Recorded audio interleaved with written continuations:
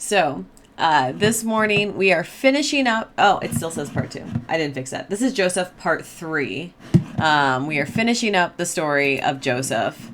Yeah, long time no see, Jaren. We've missed you for the past couple of weeks. Glad to have you back. So, what you've missed for the past 2 weeks is that we have been talking about Joseph. So, Joseph was a child of Jacob. Let's go. Here you go. If you remember, his father Jacob favored him over all his other brothers, of which he had a lot, as you can see here in this lovely diagram,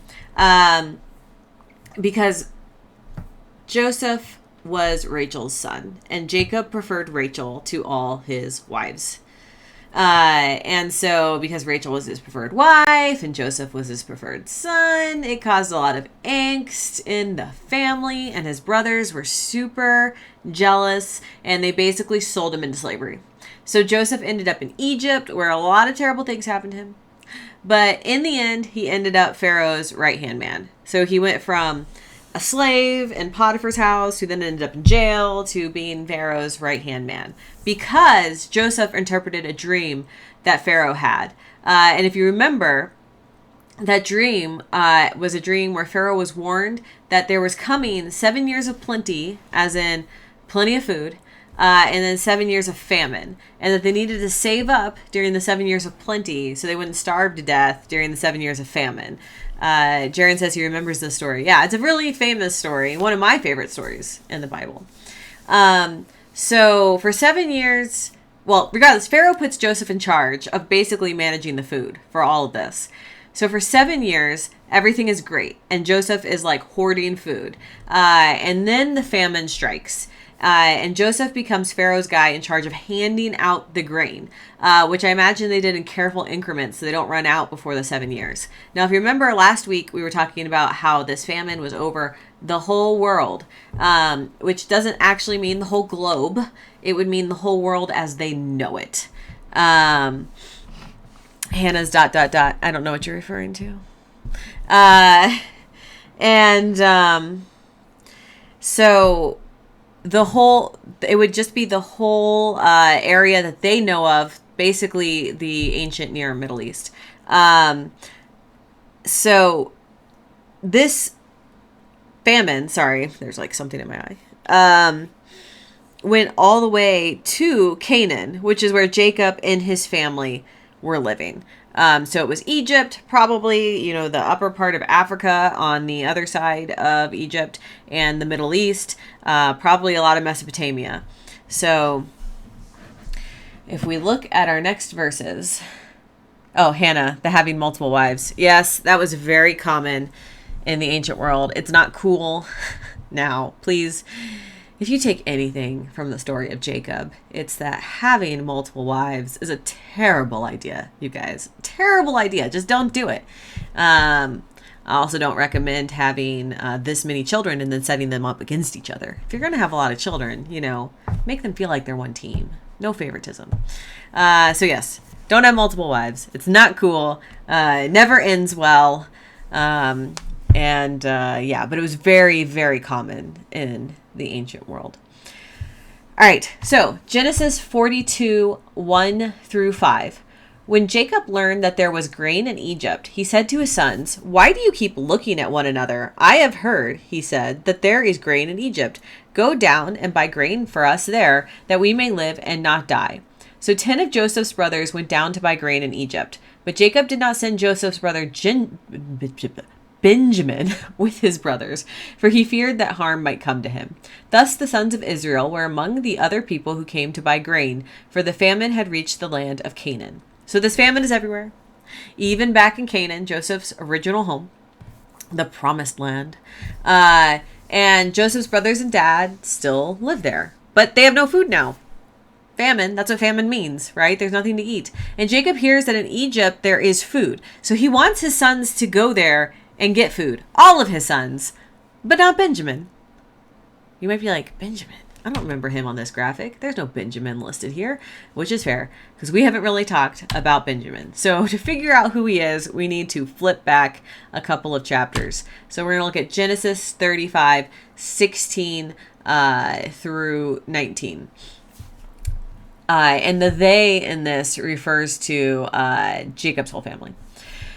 Then they journeyed from Bethel, and when they were still some distance from Ephrath, Rachel was in childbirth, and she had hard labor. When she was in her hard labor, the midwife said to her, "Do not be afraid, for now you will have another son." As her soul was departing, for she died, she named him Ben-Oni, but his father called him Benjamin. So Rachel died, and she was buried on the way to Ephrath, that is, Bethlehem. So, if you remember, Rachel is Joseph's mother, right? And she was Jacob's favored wife. That is why Jacob favored Joseph, because he favored Rachel, and thereby he favored her son. But Rachel also had another son, though many years later. So Benjamin might have been a baby. He might not have been alive. He might have been a toddler when Joseph was sold into slavery. These two brothers probably never really knew each other.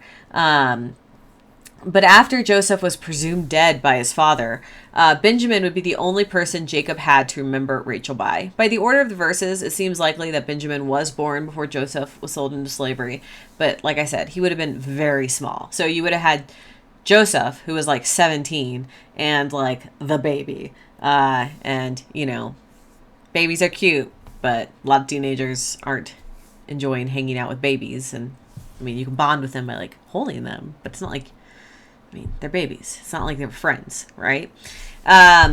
So after Joseph died, Jacob probably clung to Benjamin harder because Benjamin was the only one he had. So Jacob didn't want Benjamin to go to Egypt because he didn't want something to happen to Benjamin. Remember, travel in the ancient world was very dangerous. You didn't just get in your car and drive to Denver, right? You know? Hannah says she loves babies. Yes, but, you know, you don't become best friends with a baby, right? You know, so travel is very dangerous. There are bandits. A lot of things could happen in the road. This is travel during a famine, so they probably didn't have a lot of food to start with. And if there is a famine, the bandits are probably worse, and probably, like, especially if you get food in Egypt on your way back, you're probably like a huge target for people who don't have food. So the Bible says that Jacob feared what harm might come to Benjamin. It doesn't say he feared the harm of his other children, because once again, Jacob probably favored Benjamin just like he used to favor Joseph. So Benjamin is the baby brother and is favored just like Joseph was. So you would think his older brothers also hate Benjamin, just like they hated Joseph. They hated him, right? They wanted to murder him. But so does that hate, continue to Benjamin? Well, we'll see. Meanwhile, the brothers, but not Benjamin, are traveling to Egypt to get food, which means they're going to come in contact with Joseph, right? Who they haven't seen in at least 11 years. Let's go to Genesis 42, 6 through 13. It is so annoying. What's annoying?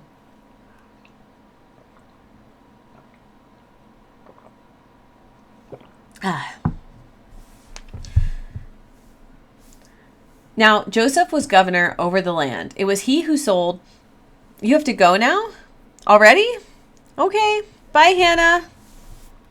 It's a little early for service, but we'll miss you. Lesson will be posted on YouTube if you want to watch it later. So, goodbye. All right, Genesis 42, 6 through 13. Now Joseph was governor over the land. It was he who sold to all the people of the land. And Joseph's brothers came and bowed themselves before him with their faces to the ground. When Joseph saw his brothers, he recognized them. "Where do you come from?" he said. They said, "From the land of Canaan to buy food." Although Joseph had recognized his brothers, they did not recognize him. Joseph also remembered the dreams that he had dreamed about them. He said to them, "You are spies. You have come to see the nakedness of the land." They said to him, "No, my lord, your servants have come to buy food. We are all sons of one man. We are honest men. Your servants have never been spies." But he said to them, "No, you have come to see the nakedness of the land." They said, "We, your servants, are 12 brothers, the sons of a certain man in the land of Canaan. The youngest, however, is now with our father, and one is no more." One is no more, indeed. So Joseph's brothers show up and come before Joseph and bow to him, which may sound like a certain familiar dream way back in lesson 1. Maybe that dream that Joseph was bragging about that got him in trouble in the first place, where all the stars were bowing to him, all the wheat was bowing to him. Yeah, here it is. His brothers are all bowing to him. This is certainly not the scenario any of them envisioned when they thought about this dream. I can't even imagine that they could think that this would happen. And the brothers don't recognize Joseph. They think they're just bowing to an Egyptian. It's been at least, if not more than 11 years since they sold their brother. And at the time, Joseph was just a boy, like 17. And now Joseph would be around 30. People change a lot from when they're teenagers to when they're 30. So it's not surprising that his brothers didn't recognize him. But Joseph recognized them because they were already adults when he left, right? He knew it was them, and he treated them like strangers. No, he treated them worse than strangers. He treated them like spies, like he was suspicious of them. So Joseph is here. He's a man in power. He is the right hand of Pharaoh, and he treats these guys like criminals. Why? I think maybe he's punishing them a little. They sold him into slavery. They gave up on him, and here they are telling him that he's dead. And one of us is no more. No more. He's standing right in front of you, right? Joseph is probably still pissed 11 years later. He would never have been in jail if his brothers hadn't sold him in slavery. He never would have had any of these horrible things happen to him. He should be at home living the good life. But no, here he is in Egypt. And yes, he is Pharaoh's right-hand man, but he's still a slave. Like, also, you know, it's also possible that he honestly thought they're still horrible people. That it wasn't just punishment or revenge, that he thought they deserved this. Maybe he doesn't think they really deserve any grain. But let's see. Let's look at Genesis 42, 17 through 20. "And he put them all together in prison for 3 days. On the third day, Joseph said to them, 'Do this and you will live, for I fear God. If you are honest men, let one of your brothers stay here where you are imprisoned. The rest of you shall go and carry grain for the famine of your households. And bring your youngest brother to me. Thus your words will be verified, and you shall not die.' And they agreed to do so." So Joseph puts his brothers in jail for 3 days, and then he lets them out and basically says, "I'm going to keep one of you here hostage. The rest of you can go back, but you have to bring back your baby brother to prove you're not liars." This seems a little harsh. Joseph seems like he's being super harsh on them, which, fair, they sold him into slavery. All right. Genesis 42, 21 through 22. "They said to one another, 'Alas, we are paying the penalty for what we did to our brother. We saw his anguish when he pleaded with us, but we would not listen. This is why this anguish has come upon us.' Then Reuben answered them, 'Did I not tell you not to wrong the boy? But you would not listen. So now there comes a reckoning for this blood.'" Basically, the brothers think that this whole scenario is a punishment from God about what they did to Joseph. Now, they're not wrong. This is about what they did to Joseph. This would not be happening if they hadn't done what they did to Joseph. But it's not a punishment from God. It's a punishment from Joseph, right? Up to this point, other than their dad being super depressed over Joseph's death, their lives probably didn't change much. They didn't really have any punishment or reckoning over what they did to Joseph. They told their dad Joseph died. They've been living that lie for 11 or more years, and it's just been going fine. Other than their dad's like super depressed.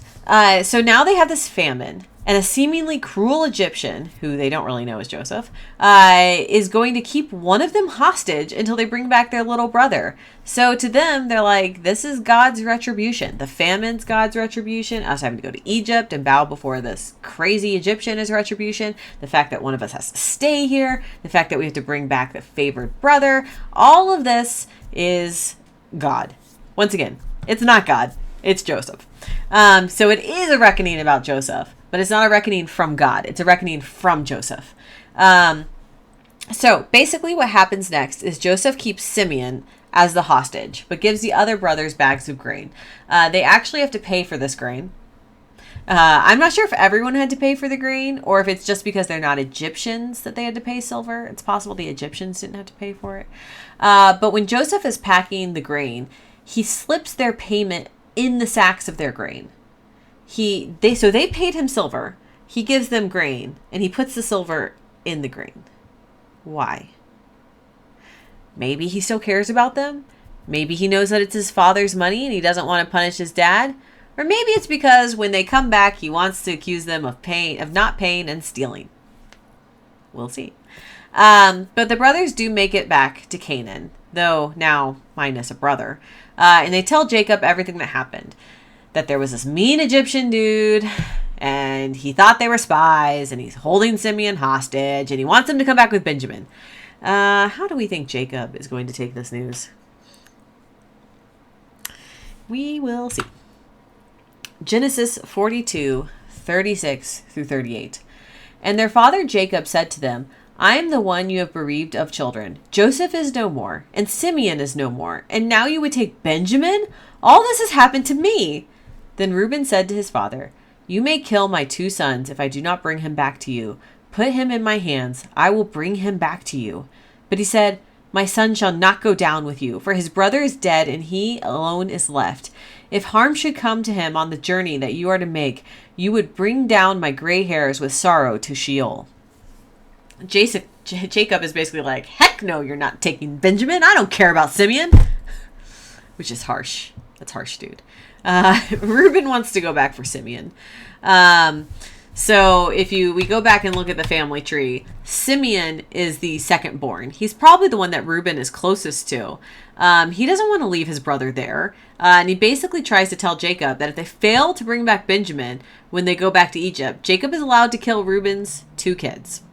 But Jacob is still like, no.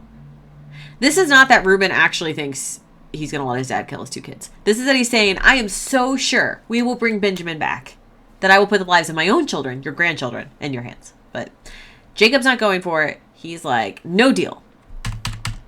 Let me go back up to where we were here. And there's really not anything Reuben can do in the face of this. Jacob is the patriarch of their family. So even though Reuben is very much an adult, he has his own kids, they need his permission to take Benjamin, and Reuben is certainly not going to okay the kidnapping of another brother. So it looks like Simeon is going to be stuck there.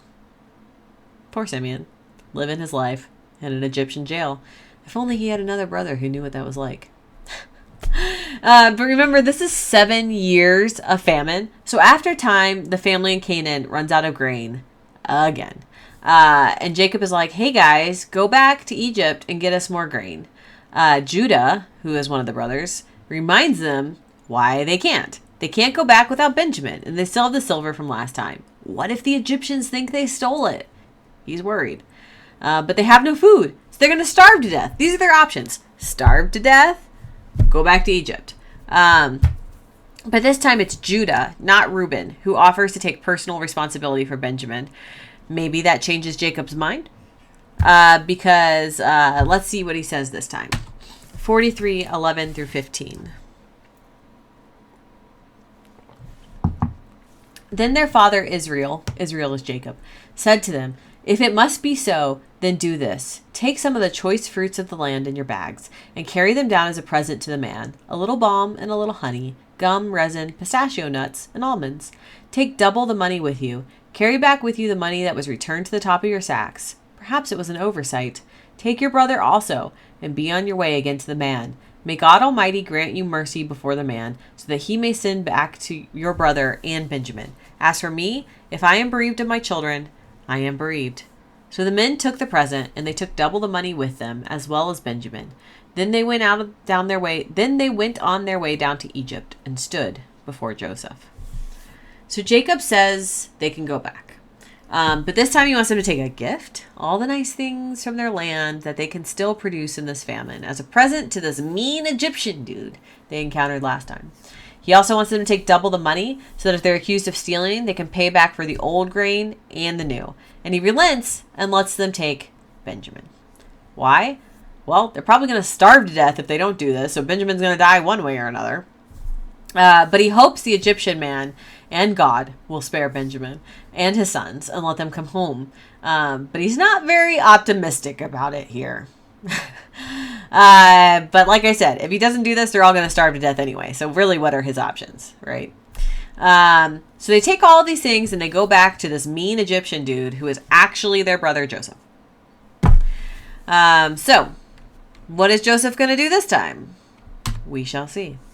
Genesis 43:16-18. When Joseph saw Benjamin with them, he said to the steward of his house, "Bring the men into the house and slaughter an animal and make ready, for the men are to dine with me at noon." The man did as Joseph said and brought the men to Joseph's house. Now the men were afraid because they were brought to Joseph's house. And they said, "It is because of the money replaced in our sacks the first time that we have been brought in, so that he may have an opportunity to fall upon us and to make slaves of us and take our donkeys." Joseph throws them a party, or at least that's the plan. So it seems Joseph is happy to see them, right? But the brothers don't know why they've been called into the house, and they're afraid it's because Joseph thinks that they stole money from him, and now that he's bringing them into like this private setting so he can just like attack them, right? I mean, not Joseph personally. He's probably like arrested by Egyptian army dudes. So as soon as they get into the house, they tell Joseph's steward everything. They're like, "We have the money, we have the baby brother," and they're thinking, "Please don't enslave us. We just want to go home." But the steward is like, "No, dudes, you're cool. We don't even have you down in our books as stealing money. So if there was money in your sacks, it must be because your God put it there. Now, why don't you come in for a nice, awesome Egyptian party? And by the way, here's your other brother, Simeon. You can have him back." And I'm sure the brothers are like, "I don't know what's happening. This is weird." It's like the Twilight Zone, except they wouldn't know what the Twilight Zone is, right? So eventually Joseph shows up for this party. When Joseph came home, or Genesis 43:26-30. When Joseph came home, they brought him the present that they had carried into the house and bowed to the ground before him. He inquired about their welfare and said, "Is your father well, the old man of who you spoke? Is he still alive?" And they said, "Your servant, our father, is well. He is still alive." And they bowed their heads and did obeisance. Then he looked up and saw his brother Benjamin, his mother's son, and said, "Is this your youngest brother of whom you spoke to me? God be gracious to you, my son." With that, Joseph hurried out because he was so overcome with affection for his brother, and he was about to weep. So he went into a private room and wept there. So Joseph comes in and he asks about their dad, his dad. Joseph may be upset about his brothers, but his dad didn't do anything wrong to him. In fact, Joseph was a favored son. I'm sure he has plenty of great memories about his dad. And Joseph has been away for a long time. So he's like, his dad could be dead. He doesn't know, right? So it's probably a relief to him to hear that his dad is alive and well. Then Joseph turns to Benjamin, who he shares a mom with, and who Joseph probably hasn't seen since baby. And Joseph probably couldn't even imagine what Benjamin would look like in his mind. Extrapolating from a baby to like a full-grown person, very difficult. And it's too much for Joseph. He has to leave the room and weep. But he's weeping over, you'll notice it said his brother, not his brothers. Because he has nothing against Benjamin. It wasn't Benjamin who threw him in a well. So they have this great lunch party. The food is great. Joseph makes sure that Benjamin has like 5 times as much food as everybody else because favoritism. And once again, Benjamin didn't throw him in a well. And the brothers are probably thinking, "Man, this is going well. We'll get out of here with both Simeon and Benjamin. It's going to be great. No problems. Our dad's going to love us. High fives all around, you guys. We won. We don't know why, but we did." But things don't quite go as smoothly as they want. Because Joseph is still not sure he's cool with these brothers who threw him in a well and sold him into slavery and wanted to murder him. It's a long list of grudges here. Long list. So let's see what happens next. Genesis 44:1-12. Then he commanded the steward of his house, "Fill the men's sacks with food, as much as they can carry, and put each man's money in the top of his sack. Put my cup, the silver cup, in the top of the sack of the youngest, with his money for the grain." And he did as Joseph told him. As soon as the morning was light, the men were sent away with their donkeys. When they had gone only a short distance from the city, Joseph said to his steward, "Go, follow after the men, and when you overtake them, say to them, 'Why have you returned evil for good? Why have you stolen my silver cup? It is not from this that my Lord drinks. Is it not from this that my Lord drinks? Does he not indeed use it for divination? You have done wrong in doing this." When he overtook them, he repeated these words to them. They said to him, "Why does my Lord speak such words as these? Far be it from your servants that they should do such a thing. Look, the money that we found at the top of our sacks, we brought back to you from the land of Canaan. Why would we then steal silver or gold from your Lord's house? Should it be found with any one of your servants, let him die. Moreover, the rest of us will become my Lord's slaves." He said, "Even so, in accordance with your words, let it be. He with whom it is found shall become my slave, but the rest you shall go for free." Then each one quickly lowered his sack to the ground, and each opened his sack. He searched, beginning with the eldest and ending with the youngest, and the cup was found in Benjamin's sack. So Joseph gives them the grain, but then he has his steward hide a silver cup in Benjamin's bag of grain. Then he has his men go after the brothers and basically accuse them of robbery. I gotta wonder what the steward is thinking during all of this, right? He's probably like, what crazy mind games? Why does Joseph care about these guys? What is happening, right? Like, but the steward's probably just like, whatever. I mean, maybe these highfalutin level politicians always play up games like this. Who knows? Who knows? But anyway, he goes after the brothers and he's like, "You guys stole from us." And the brothers are like, "No, but if someone did, let them die as punishment." Man, these people are always throwing around death so fast. Like, let me die. You can kill my children. Let the person you find to die. It's like, did you really have to go there? That seems extreme. But they do. They're very extreme people. It might seem like an overreaction, but Joseph could have them all put to death for less reason if he wanted. So they probably thought getting one of them killed was better than getting them all killed. But they were also probably thinking, we didn't steal the stupid cup. Because they didn't. They didn't steal it. Joseph put it in there. And since they were all innocent, of course they agreed to this because they're all sitting there thinking like, I didn't steal it. You didn't steal it. We didn't steal it. But then the steward finds the cup in Benjamin's bag. Benjamin, the favored baby brother that if they don't bring back to Jacob in one piece, they are all in deep, deep, deep trouble. So what's going on here? Why did Joseph do this?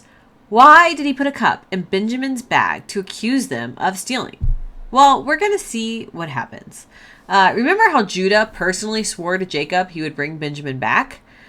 Well, all the brothers go back to Joseph because they have to. They're basically criminals right now.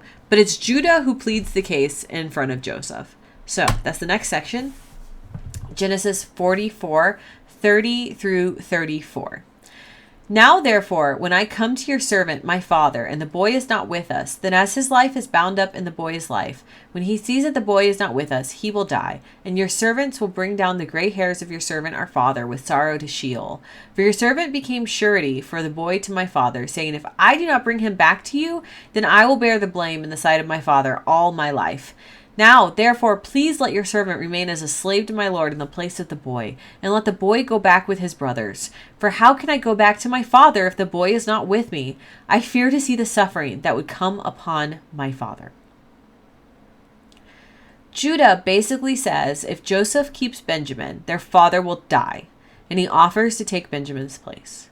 Judah says he will stay there and be a slave so as not to cause his father any more suffering. Judah offers to take the favored younger brother's place as a slave. So I ask again, why do you think Joseph did this? Why did he put the cup in Benjamin's bag? He did it as a test. Joseph knew Jacob would favor Benjamin. He knows his dad. He knows that since Benjamin was both the baby of the family and the only remaining child of Rachel, since Joseph is, considered dead, that Jacob would favor him over everybody else. He remembered how that favoritism made his brothers so jealous that they wanted to murder him, and they settled on selling him into slavery. So he wanted to see if his brothers were unchanged, if they were still willing to get rid of a favored brother if they had a chance. He gave them the perfect excuse. He put the cup in Benjamin's bag. They would be able to blame the Egyptians. They'd be able to blame Benjamin. Benjamin stole. He's a criminal. We had to give him to the Egyptians. Otherwise, they'd never let us leave and we'd all die. Judah, the other brothers, could have left and essentially been faultless, saying, Benjamin was a criminal, Dad. And what did you want us to do? The Egyptians were going to kill all of us. And if we didn't bring this food back to you, you were all going to die. We had to come back. Joseph was offering them an out, offering them a way to be free of their favored baby brother. But that's not what Judah does. And let's not forget, Judah was the very brother whose idea it was to sell Joseph into slavery. Judah was the one who came up with the plan to get rid of Joseph. That Judah offers to take Benjamin's place and become Joseph's slave instead, because Judah cannot bear to cause his father pain. Judah has changed, and Joseph sees that. Genesis 45, 1-4. Then Joseph could no longer control himself before all those who stood by him, and he cried out, "Send everyone away from me." So no one stayed with him when Joseph made himself known to his brothers. And he wept so loudly that the Egyptians heard it, and the household of Pharaoh heard it. Joseph said to his brothers, "I am Joseph. Is my father still alive?" But his brothers could not answer him. So dismayed were they at his presence. Then Joseph said to his brothers, "Come closer to me." And they came closer. He said, "I am your brother Joseph, whom you sold into Egypt." Joseph is so overcome with emotion when Judah makes his declaration that he will take Benjamin's place, and he can't contain himself anymore. So he tells them the truth, that he is Joseph. But his brothers don't believe him, which isn't surprising. They probably thought Joseph was dead. Slavery is a hard life, as Joseph learned firsthand. And if Joseph was still alive, he wouldn't be Pharaoh's right-hand man. He'd be like suffering in a ditch somewhere, right? Digging holes. But then Joseph calls them closer so they can see his face clearly. A face that would have been changed by age, maybe even makeup. The Egyptians were famous for, lining their eyes and stuff like that. But it's not an unrecognizable face. And he tells them that he is their brother, which they sold into slavery. A name which they had not told him. They had not mentioned the name of Joseph. He tells them the name of Joseph. And no one else but them would have known that. No one else but them knew that they sold Joseph into slavery. So how would he know? Genesis 45, 5-11. And now do not be distressed or angry with yourselves because you sold me here. For God sent me before you to preserve life. For the famine has been in the land these 2 years, and there are 5 more years in which there will be neither plowing nor harvest. God sent me before you to preserve for you a remnant on the earth, and to keep alive for you many survivors. So it was not you who sent me here, but God. He has made me a father to Pharaoh, and lord of all his house, and ruler over the land of Egypt. Hurry and go to my father, and say to him, Thus says your son Joseph, God has made me lord of all Egypt. Come down to me, do not delay. You shall settle in the land of Goshen, and you shall be near me, and you and your children and your children's children, as well as your flocks, your herds, and all that you have. I will provide you there, since there are 5 more years of famine to come, so that you and your household and all that you have will not come to poverty. Mike said, happy ending, and he has to go to church now. Bye, Mike. We'll see you next week. All right, so what is Joseph saying here? He is saying that they should forgive themselves for selling Joseph into slavery, because God has used their horrible behavior not just to God's glory, but to save them. It's only been 2 years into the 7-year famine. They have no food in Canaan. But Joseph, because of his position and his job, he has made food for them in Egypt. He tells them to go get their dad and move to Egypt. I want to be clear here. What the brothers did to Joseph was bad. Wanting to murder your brother is something we've already talked about God not being cool with. Goes all the way back to Cain and Abel, right? But even bad things, even when horrible, bad sin things happen, God can use those things to further his plan. God knew the famine was coming, and he prospered Joseph in Egypt to make possible the survival of God's chosen people. All of this was used to further God's plan. Sometimes we make mistakes. Sometimes we do truly horrible things, but not even the most horrible of mistakes and sins can unravel God's plan. God can use anything for his purpose, and he can use even an arrogant boy like Joseph to save his people. And even his murderous older brothers were saved and became better people who learned from their mistakes. God saved them all by bringing them to Egypt. So we'll end with one last passage. Genesis 45:25 through 28. So they went up out of Egypt and came to their father Jacob in the land of Canaan. And they told him, Joseph is still alive. He is even ruler over all the land of Egypt. He was stunned. He could not believe them. But when they told him all the words of Joseph that he had said to them, and when he saw the wagons that Joseph had sent to carry him, the spirit of their father Jacob revived. Israel said, Enough! My son Joseph is still alive. I must go and see him before I die. Jacob learns Joseph is still alive, and he says he is revived. Remember, Jacob has been depressed and wanting to die ever since Joseph died. Jacob doesn't care that Joseph is the ruler over all Egypt or anything like that. He's just happy to know his son still lives. So all of Israel's household moves to Egypt. His children, their servants, their livestock. They leave Canaan, the promised land, behind. He's just happy. And we'll see next week that while that is good for now, it's not good forever. And that is the end of the story of Joseph. But it is not the end of the story of God's chosen people in Egypt. So that is the end of today's lesson. Let me stop the recording.